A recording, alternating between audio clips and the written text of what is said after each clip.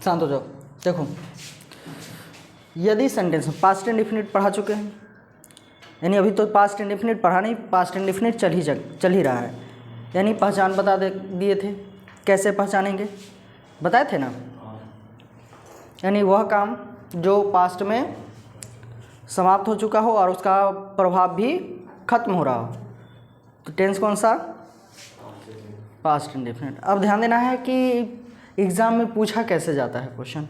यदि सेंटेंस में ये सारा वर्ड दिखाई दे, जैसे क्या है, go, last, yesterday, previous, it is time, it is high time, it is enough time, it is about time, इन के बाद वर्ड्स आ जाए, इन 1980, 1981, 2005, 6 इस तरह से आ जाए, या फिर इन के बाद जनवरी 2005, फरवरी 2006 इस तरह से आ जाए, या फिर द अदर डे या द डे बिफोर स्टडी। ये इसमें से कोई भी वर्ड आता है तो किस टेंस का यूज़ करेंगे?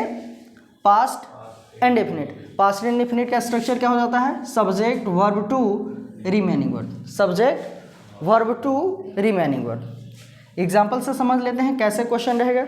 समझो क्या है, he dash me study, he dash me study. Study word आ गया, जैसे ही स्टडी वर्ड आया तो यहाँ तो सब्जेक्ट है ही, सब्जेक्ट है ना, सब्जेक्ट है दिया हुआ, बच क्या रहा है? Verb two. तो इसमें देखना है कि वर्ब टू कौन सा है? मीट तो वर्ब वन है ना, मेट, बी ऑप्शन सही हो जाएगा। मीट वर्ब वन है, मेट वर्ब टू है, मीट्स वर्ब फाइव है और इज मीटिंग वर्ब फोर है। तो ये तीनों तो होगा नहीं, क्या हो जाएगा? Verb two. समझ में आया? नेक्स्ट क्वेश्चन है, we dash to see the doctor 2 days ago. Ago word आ गया, लिखे हैं, अगो वर्ड है ना, अगो जैसे ही आया तो यहाँ देखो सब्जेक्ट तो है ही वी, अदर वर्ड भी यही है, क्या बचा? Verb two. तो इसमें वर्ब टू कौन है? Went, go, went, gone, goes. तो वेंट है वर्ब टू, बी ऑप्शन सही हो जाएगा। नेक्स्ट क्वेश्चन है, Ram dash Patna last year. Last आ गया वर्ड, लास्ट है ना, लिखे हैं। तो लास्ट जैसे ही वर्ड दिखाई दे तो सब्जेक्ट तो राम है ही, इसमें यूज क्या होगा? Verb two. तो वर्ब टू क्या है? ऑप्शन सी लेफ्ट है। लिव वर्ब वन है, लिव्स ये वर्ब फाइव है और लिविंग वर्ब फोर है, तो ये तो होगा नहीं, क्या है? वर्ब टू ऑप्शन सही होगा, ऑप्शन सी। कोई दिक्कत? समझ में आया? बन जाएगा इस तरह से।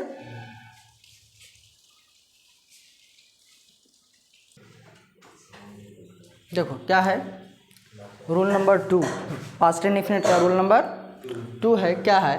Past indefinite tense is used in conditional sentences. Past indefinite tense is used in conditional sentence. Conditional कहने का मतलब है शर्त वाला सेंटेंस, कंडीशन होगा। जैसे देखो, कंडीशन को व्यक्त करने के लिए यहाँ जो है इफ़ का यूज़ करता है, इफ़ क्लाउज इसको बोलते हैं। क्या बोलते हैं? If clause. If plus subject verb two remaining word, और नेक्स्ट आने वाला जो सेंटेंस होगा वो होगा subject would verb one remaining word. और यह जो सेंटेंस शो करेगा जस्ट पास्ट को। जस्ट पास्ट कहने का मतलब बताए थे, जो पहले खत्म हो जाए, यानी एक जो है इस प्रकार से बताए थे ना, टेरिटरी बना करके, जैसे बताए थे कि हाजीपुर, पटना, ये बताए थे। तो जस्ट पास्ट कौन? जो पहले खत्म हो जाए, और जो बाद में हो उसको क्या कहते हैं? मोर पास्ट, यानी पास्ट परफेक्ट। मोर पास्ट को क्या बोलते हैं? Past perfect. तो ये जो शो करेगा, जैसे इफ के साथ सब्जेक्ट वर्ब टू आता है तो ये शो करेगा क्या? Just passed. और इफ सब्जेक्ट वर्ब का भी यूज होगा जब नाउन होगा। क्या होगा? नाउन होगा। और नेक्स्ट सेंटेंस आने वाला सेम रहेगा, subject would verb one remaining word. और ये क्या शो करेगा? अनरियल को, मतलब वास्तविकता से उसका लेना देना कुछ नहीं होगा, अनरियल होगा, रियल नहीं होगा। जैसे एग्जाम्पल समझते हैं। एग्जाम्पल्स है, if I dash a bird. अब बर्ड यहाँ नाउन है, बर्ड नाउन है ना, नाउन है, तो जैसे ही नाउन है तो वर्ब टू लगेगा कि वर्ब लगेगा? अब बताओ, वर्ब टू लगेगा। ये क्या शो कर रहा है? अनरियल। जैसे if I dash a bird I would fly in the sky. यदि मैं पक्षी होता तो आकाश में उड़ता, क्या होगा? बताओ ऑप्शन। हाँ, वर हो जाएगा। If I were a bird I would fly in the sky, यदि मैं पक्षी होता तो आकाश में उड़ता। क्या कर रहे हैं? कल्पना कर रहे हैं। अनरियल है, रियल है, कल्पना कर रहे हैं, वास्तविक नहीं है। तो अनरियल को शो करने के लिए यहाँ क्या यूज होगा? सब्जेक्ट कुछ भी हो उसके साथ क्या यूज करेंगे? वर का यूज करेंगे। अब देखो क्या, इफ आई डैश मनी, तो मनी नाउन है, क्या है? नाउन है, और नाउन है तो क्या यूज होगा? वर यूज हो जाएगा। ऑप्शन डी सही हो जाएगा। क्या हो जाएगा? If I were money I would give you, यदि मेरे पास पैसे होते तो मैं तुम्हें देता। नेक्स्ट है, if he dash to blackmail me. अब ब्लैकमेल करना नाउन तो नहीं है, ये हो गया क्या? वर्ब। क्या हो गया? वर्ब हो गया। वर्ब हो गया तो वर्ब तो लगेगा नहीं, क्या लग जाएगा? वर्ब टू लग जाएगा। यानी जस्ट पास्ट, यानी अभी अभी क्या हुआ? खत्म हुआ। जैसे if he dash to blackmail me I would inform you, यदि वह मुझे ब्लैकमेल करने की कोशिश किया होता तो मैं तुम्हें इन्फॉर्म किया होता या इन्फॉर्म करता। तो इसमें क्या हो जाएगा? वर्ब टू हो जाएगा, ट्राइड। कोई दिक्कत? समझ में आया?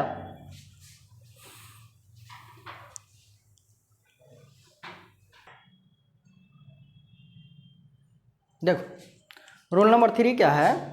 Past indefinite tense is use to show suppositional और unreal past. Past indefinite tense का यूज सपोजिशनल सेंटेंस को व्यक्त करने के लिए या फिर अनरियल पास्ट को बताने के लिए किया जाता है। सपोजिशनल मतलब मान लिया कि, माना कि ना, या फिर जैसे कहते हैं काश ना, तो ये भी मानना ही है ना, सपोज करना। जैसे ध्यान दो, यदि और ये अनरियल पास्ट या सपोजिशनल सेंटेंस को व्यक्त करने के लिए as if, as though, I wish, if only, it is time, O that, O for, would that का यूज किया जाता है। यानी इसके साथ यदि सब्जेक्ट आता है तो या तो वर लगेगा नहीं तो हैड लगेगा, और क्या आएगा? नाउन। क्या जाएगा? नाउन या फिर वर्ब वन। नाउन आएगा नहीं तो वर्ब वन आएगा। तो ध्यान दो, जैसे देखो इफ ही टॉक्स, वह बात करता है। एज इफ का मतलब आता है मानो। क्या? मानो या माना कि। As if he dash my boss, वह बात करता है मानो वह मेरा बॉस हो। देखो एज इफ आ गया, देखो एज इफ लिखे हैं, एज इफ आया ना, तो इसके बाद जो सब्जेक्ट आया इसके साथ या तो क्या लगेगा? वर लगेगा, और नहीं तो हैड का यूज होगा। अब माई बॉस तो क्या हो गया? नाउन हो गया। माई बॉस नाउन है ना, नाउन है ना।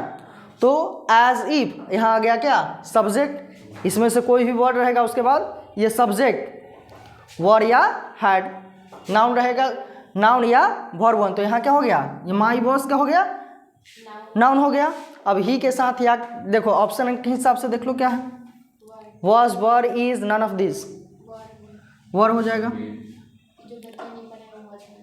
क्या? हाँ, ही के साथ वॉज लगता है, लेकिन यहाँ सपोजिशनल सेंटेंस को व्यक्त करने के लिए क्या यूज करता है? वर्ड लगता है। और ध्यान दो, अधिकारता जो है पोजीशन दिखाने के लिए हैड का यूज किया जाता है। देखो I wish I dash a king, काश मैं राजा होता, क्या होगा? Word. Option B is correct. Next है इफ आई डैश मनी, काश मेरे पास पैसे होते, क्या हो जाएगा? हैड। क्या हो जाएगा? हैड। मेरे पास होता था, पास अधिकार दिखाने के लिए किया जाता है। पास्ट शो कर रहा है, अनरियल शो कर रहा है, अनरियल पास्ट शो कर रहा है, तो यहाँ क्या हो जाएगा? हैड का यूज हो जाएगा। ऑप्शन के अकॉर्डिंग देखेंगे, अनरियल या सपोजिशनल हो, पास्ट को शो कर रहा हो तो क्या यूज़ करेंगे? या तो वर्ड का यूज़ करेंगे, नहीं तो हैड का यूज़ करेंगे। लेकिन देखना है कि ये सारा वर्ड सब्जेक्ट के साथ होना चाहिए। समझ में आया? बन जाएगा। देखो रूल नंबर 4 क्या कहता है? Sometimes past indefinite tense is used to indicate the continuous of an action in the past. Past indefinite tense का यूज कभी कभी जारी कार्य को दिखाने के लिए, लगातार हो रहे कार्य को दिखाने के लिए किया जाता है। Continuous continuous action of action को दिखाने के लिए किया जाता है। और जब इसका यूज़ किया जाता है तो ध्यान दो, वाइल का यूज़ होता है। क्या यूज़ होता है? While plus subject verb two remaining word. और इसके बाद आने वाले सेंटेंस वो भी पास्ट में ही होगा। क्या होगा? Subject verb two remaining word. यानी दोनों सेंटेंस, वाइल के साथ वाला सेंटेंस भी क्या होगा? पास्ट इंडेफिनिट का, और नेक्स्ट सेंटेंस भी पास्ट इंडेफिनिट का। अब ध्यान दो, वाइल के साथ पास्ट कंटिन्यूअस का भी यूज होता है। क्या? पास्ट